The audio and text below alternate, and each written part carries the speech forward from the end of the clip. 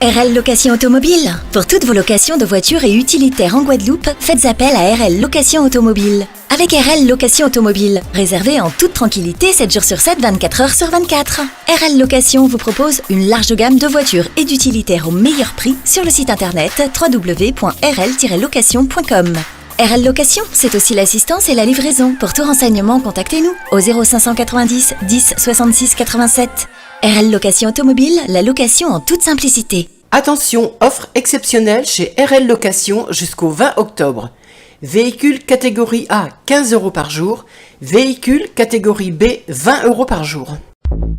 Guadeloupe, actualité.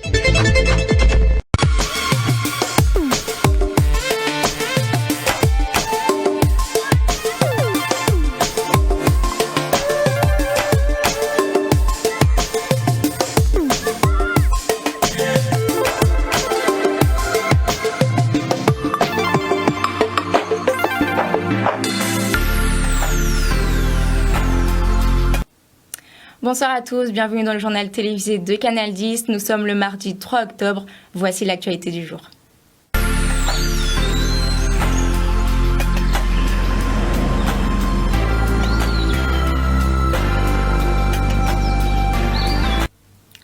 Pluie, vent et orage, la nuit n'a pas été de tout repos pour les habitants de Guadeloupe ce lundi soir.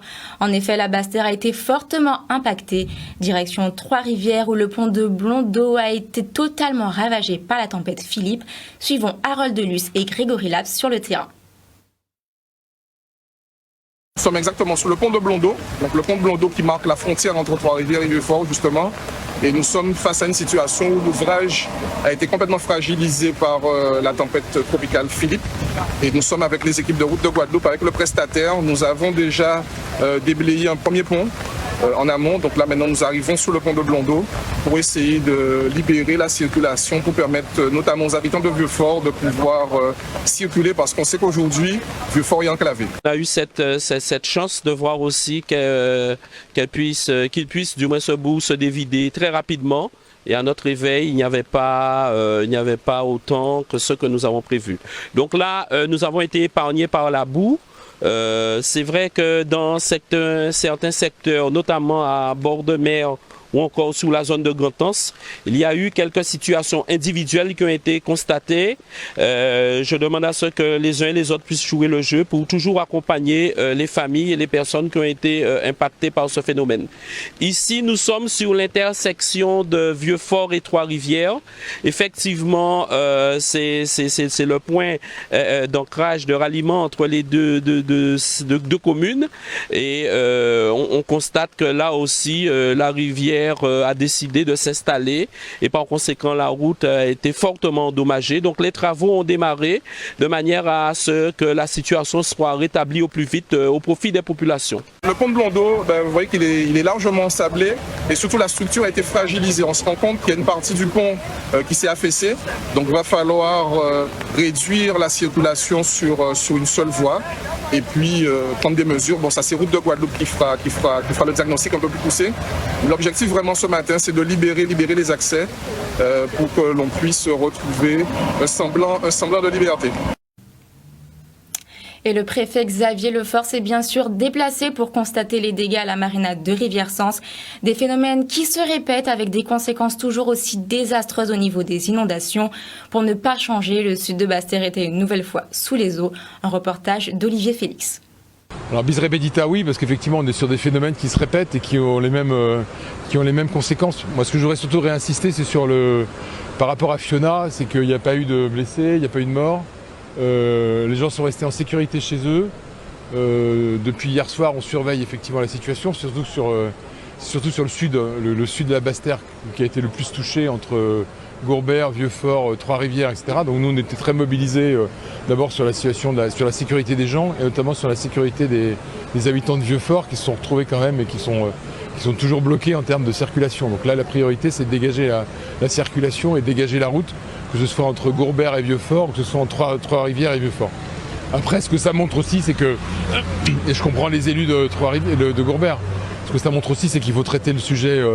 Moi je passe souvent là, j'habite pas loin donc C'est un endroit qu'on connaît bien les uns et les autres. Voilà, il y avait des travaux qui venaient d'être faits. Ça montre effectivement qu'il faut traiter le problème beaucoup plus en amont. C'est-à-dire effectivement, on a une montagne dans laquelle on fait des travaux. Il est normal quand il y a beaucoup de pluie, mais effectivement, toute la montagne finit par descendre sur la route et dans la mer. Donc il y a un vrai sujet. Il y a un vrai sujet parce qu'effectivement, à chaque fois qu'on a ce type d'événement, on va retrouver ce type de phénomène. Et voilà, c'est un peu désespérant avec un an d'écart de retrouver la même situation au même endroit, parce que c'est énormément de boulot. Et je sais pas, je veux pas m'avancer sur le sujet. Il faut travailler avec tout le monde je suis pas géologue, je suis pas technicien des sols. Donc voilà, il faut travailler avec tout le monde sur la mise en sécurité, la protection, où est-ce qu'on fait les travaux, les ouvrages d'art, est-ce qu'on les remonte, à quel endroit. Je veux absolument pas m'avancer et mettre en cause à ce stade qui que ce soit, parce que je suis pas compétent, mais on voit bien qu'il faut travailler sur l'environnement proche. On ne peut pas se contenter simplement de désensabler la marina. Il faut voir en amont effectivement comment se comportent les sols, les risques de glissement de terrain. Voilà, on se retrouve avec la route de Gourbière à Vieux-Fort complètement bouchée. Voilà, il va falloir 48 heures pour la déboucher. On va essayer de dégager le passage très vite pour que les véhicules de secours ou que les gens qui ont besoin de se déplacer en urgence puissent se déplacer. Mais oui, il faut qu'on fasse le point sur le fonctionnement, je dirais, géologique et technique des sols dans cet endroit, quoi. On reste toujours en Basse-Terre. En effet, la tempête n'a pas épargné la marina de Rivière-Sens.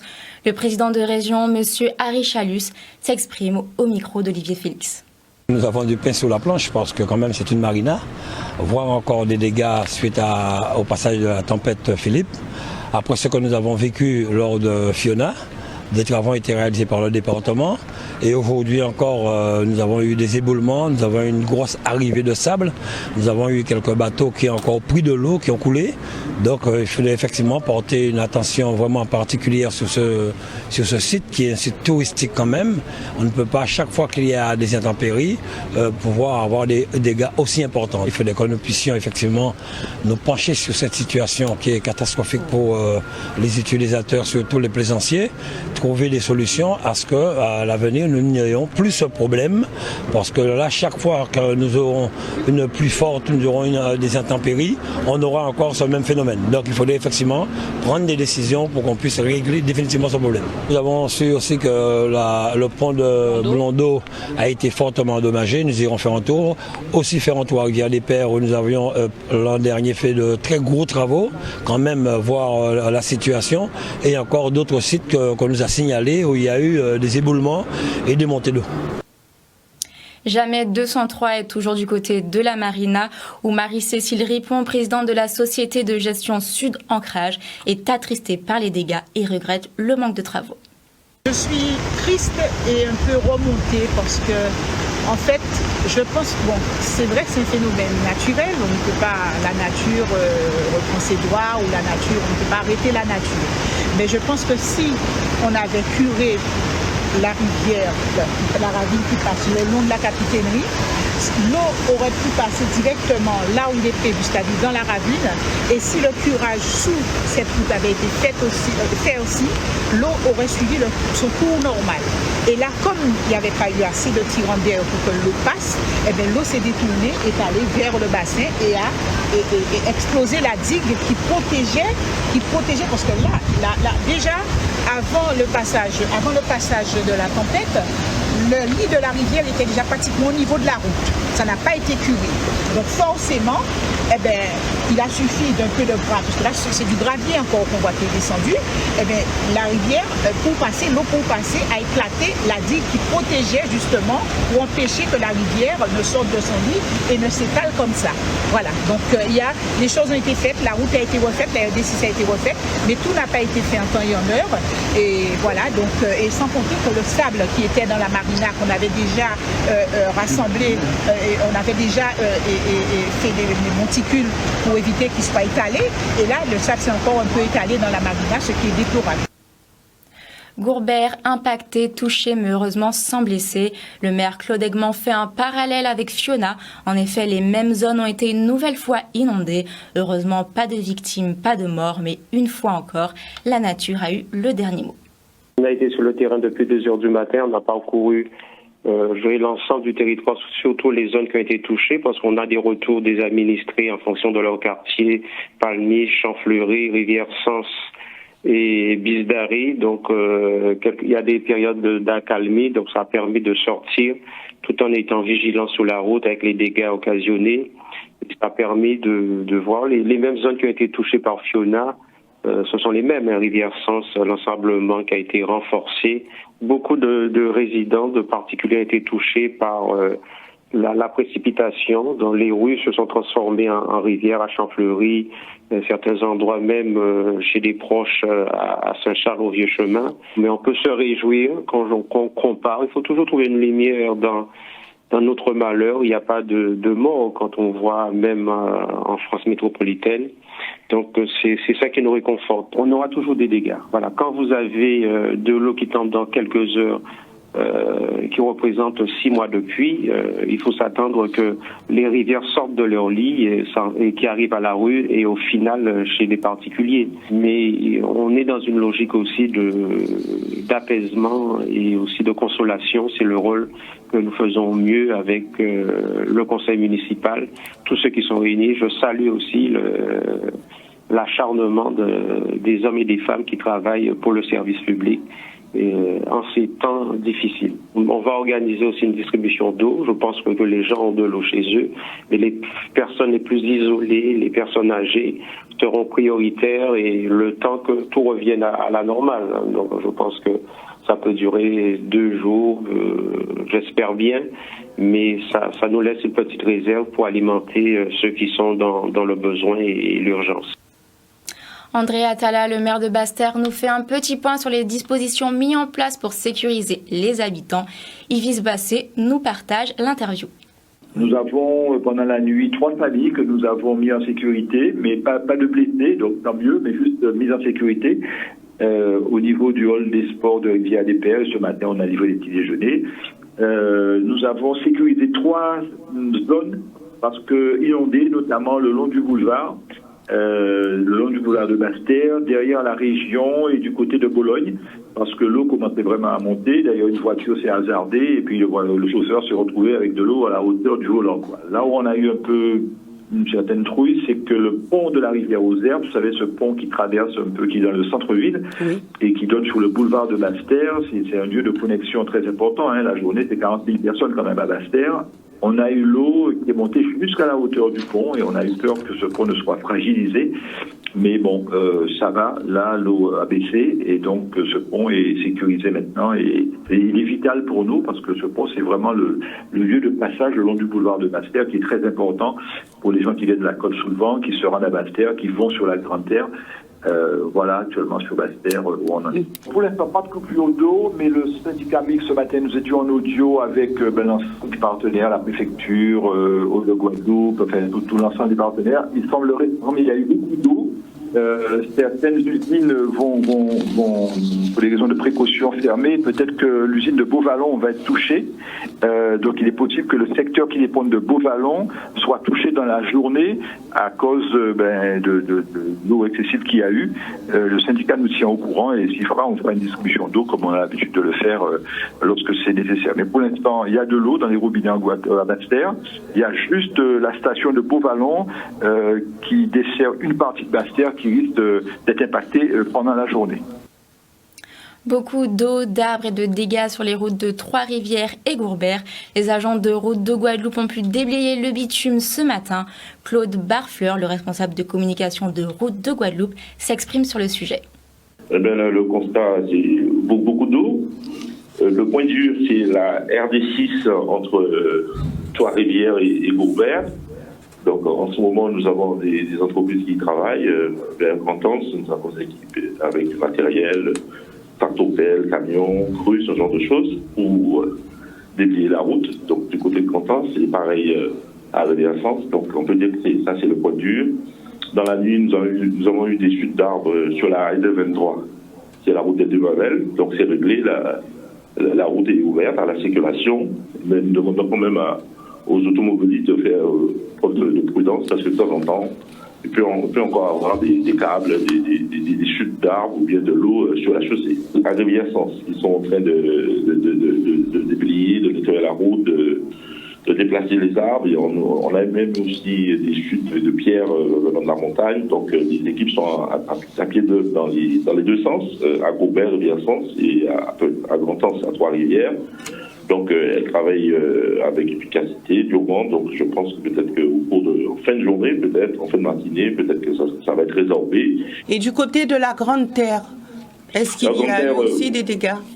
Alors, pas grand-chose, évidemment. Il y a quelques endroits des montées d'eau, comme on peut avoir dans les troncs, des chutes d'arbres, mais nos équipes ont déjà fait leur tournée. L'essentiel a été fait, les routes sont praticables, mais il peut subsister quand même quelques désordres. Donc, nous demandons aux automobilistes de vraiment faire attention. La situation est réglée, mais elle peut changer, puisque il y a encore de la pluie. Donc, prudence, voilà. On n'oublie pas nos héros, bien sûr, les pompiers étaient aux aguets. Plus de 200 pompiers répartis sur l'ensemble du territoire. Depuis que le territoire a été touché par la tempête Philippe, nos équipes ont été d'une part en prévention, en anticipation fortement mobilisées. C'était plus de 200 sapeurs-pompiers qui étaient répartis sur l'ensemble du territoire. L'activité a été plus soutenue que d'habitude. C'est 2 fois plus d'interventions que nous avons réalisées, près de 80 en tout, dont une petite trentaine liées au phénomène météo. Tout le territoire a été impacté, mais de façon beaucoup plus concentrée et prépondérante. Notre activité s'est localisée sur le sud Basse-Terre ainsi que sur les Saintes et Marie-Galante. Nous avons été sollicités effectivement pour de la montée des eaux dans des domiciles, des chutes d'arbres, de végétaux notamment, mais également, et ça aurait pu être excessivement dramatique pour des sauvetages de personnes, comme nous avons eu le cas à Rivière-Sens, où 2 véhicules ont été emportés suite à un glissement de terrain. Fort heureusement, les occupants ont pu s'extraire d'eux-mêmes avant même notre arrivée. Mais sur place, nous avons dû les sécuriser en les accompagnant en lieu sûr. Là, ce matin, avec la levée du jour et puis le réveil de la population, on est sollicité pour des interventions qui touchent plus des chutes d'arbres, des maisons qui sont inondées, et puis nous sommes en train de monter un dispositif pour héliporter une équipe de sapeurs-pompiers au sein de la commune de Vieux-Fort, car cette commune, aujourd'hui, à l'heure où on se parle, est coupée du reste de la Guadeloupe. Les voies d'accès routières sont encombrées d'obstacles qui ne permettent plus la circulation routière. Petit tour à la Désirade maintenant, pas de dégâts, pas de coupure d'électricité, plus de peur que de mal. La conseillère municipale Sabrina Robin nous explique tout. Au niveau de la Désirade, comme vous savez, nous sommes l'île la plus à l'est de la Guadeloupe. Donc nous avons eu les premiers effets de la tempête Philippe hier assez tôt dans la journée, en fin de matinée. Donc vraiment le plus gros de l'épisode pour nous, c'était hier entre 11h et jusqu'au début de soirée. Donc beaucoup de pluie, un peu de vent dans la nuit, mais c'est vrai que ce matin on se réveille et ça va, nous n'avons pas trop de dégâts. Le maire a pris la décision très tôt hier, vers 11h, en lien avec les services académiques, de fermer les écoles pour mettre tout le monde en sécurité. Et finalement, plus de peur que de mal, heureusement, sur l'île de la Désirade. Pas de coupure d'électricité. Par contre, une panne sur le réseau mobile ce matin sur les sections du Souffleur et de Bémao, mais le réseau a été rétabli entre-temps. Pas de coupure d'eau, mais comme vous le savez, nous avons cet arrêté, ce communiqué du SMGAG. Nous avons une eau qui est impropre à la consommation, comme sur le territoire de Sainte-Anne et de Saint-François. Donc la population essaie de composer. C'est vrai que dû au mauvais temps, nous n'avons pas eu de rotation ni pour le bateau à passagers, ni pour le bateau de transport de marchandises aujourd'hui. Donc on ne sait pas encore comment on pourra s'organiser pour l'approvisionnement en eau de la population. Beaucoup de pluie et de vent sur la Grande Galette. Encore une fois, les anticipations prévues par les élus ont permis d'éviter des inondations. Direction Marie-Galante avec Marie Setzol. Alors, beaucoup de pluie, beaucoup de vent, comme prévu par la météo, mais les 3 communes n'ont pas déploré d'accidents particuliers. Nous avions anticipé par le curage des cours d'eau, donc nous n'avons pas eu de problème particulier, pas dans les habitations, quelques branchages par-ci par-là. Pour ce qui est de la commune de Grand-Bond, nous avions bénéficié l'an dernier, suite aux inondations massives qu'il y avait eu, des travaux de la région Guadeloupe. Et donc ça a été fonctionnel puisque nous n'avons pas eu sur le lotissement des Basses ou bien sur la route des Basses à déplorer d'inondations. La rivière de Montbarra avait été curée aussi de toute sa longueur par l'intervention de la région Guadeloupe et nous avons entretenu et anticipé depuis début août par les services techniques communaux, donc pas d'inondation non plus, en tout cas pour l'instant. Pour ce qui est de Capesterre, je me suis entretenu avec le maire de Capesterre, quelques branchages par-ci par-là, mais pas d'inondation, pas d'habitation qui ont souffert. Et pareil, le maire de Saint-Louis m'indiquait qu'il n'y a pas de problème particulier à déplorer. La mare de Desmarais est bien remplie, mais pas d'inondation, pas de débordement. Donc voilà où on en est pour l'heure, et on espère que ça va durer. Et qu'en est-il de la Grande Terre? Le maire de Gosier, Cédric Cornet, affirme que les territoires de la Cale ont évité le pire grâce aux expériences acquises depuis 3 ans et surtout les travaux élaborés pour faire face à ces phénomènes naturels. Sur le territoire de la Grande Terre, on est beaucoup plus épargné que celui de la Basse Terre. J'ai eu mes collègues, notamment maires voisins, et à part bien sûr quelques arbres et quelques branches, un petit peu d'eau qui est montée par-ci par-là, mais qui est vite redescendue vu que la pluie n'est pas soutenue. Dans l'ensemble du territoire, on n'a pas de vrais sujets, de vrais dégâts, de vrais bobos. Donc je suis très content qu'on ait été épargné. Et puis il faut dire aussi qu'il y a un travail qui est mené de curage, de fauchage et d'élagage qui permettent qu'aujourd'hui, avec l'expérience qu'on a engrangée depuis 3 ans, de vraiment avoir de meilleurs résultats et des zones qu'on connaissait sensibles, ne sont pas impactées parce que des travaux sont menés. Et là, je prends l'exemple de Marcafé où on devait commencer les travaux mercredi. Mais déjà, les premiers travaux de Marcafé ont déjà apporté pas mal de bons résultats. Et on sait qu'en continuant, parce que c'est pas un travail dans un seul temps. C'est tout le temps qu'on doit préparer l'arrivée d'intempéries ou de cyclones. Et donc aujourd'hui, je suis très satisfait, surtout pour le Gosier, où on avait de vrais problèmes sur les inondations, les montées des eaux et bien sûr les dégâts. Aujourd'hui, je suis très content que le travail paie. Et je tenais à féliciter tous les employés municipaux, communautaires, les entreprises qui au quotidien travaillent pour qu'on ait ces résultats. Mais que dit la législation face aux vigilances? Maître Christophe Quartero replonge dans ses bouquins et nous fait un point sur les lois. On va dire qu'il faut être extrêmement vigilant dans ce qu'on définit par précisément ces codes couleurs. Vous constaterez que si l'on se réfère sur les sites météorologiques ou Météo France ou la préfecture, il est bien spécifié ce à quoi on incombe, ce qui nous incombe par rapport aux couleurs désignées. Par exemple, lorsqu'on est en orange, il faut une extrême prudence, mais on peut encore faire un certain nombre d'activités. Quand on est en rouge, on nous invite à plus de prudence encore et à rester chez soi. Et effectivement, on va se poser alors la question de nos obligations professionnelles au regard de ces vigilances-là. Parce que quand vous regardez les codes couleurs, on vous dit pas interdit d'aller travailler ou obligation d'aller travailler. C'est vrai que c'est pas du tout indiqué. Toutefois, il y a 2 choses. D'un côté, du côté de l'employeur, il y a une obligation qui doit être de sécurité de résultat, c'est-à-dire qu'il ne faut pas mettre ses salariés en péril.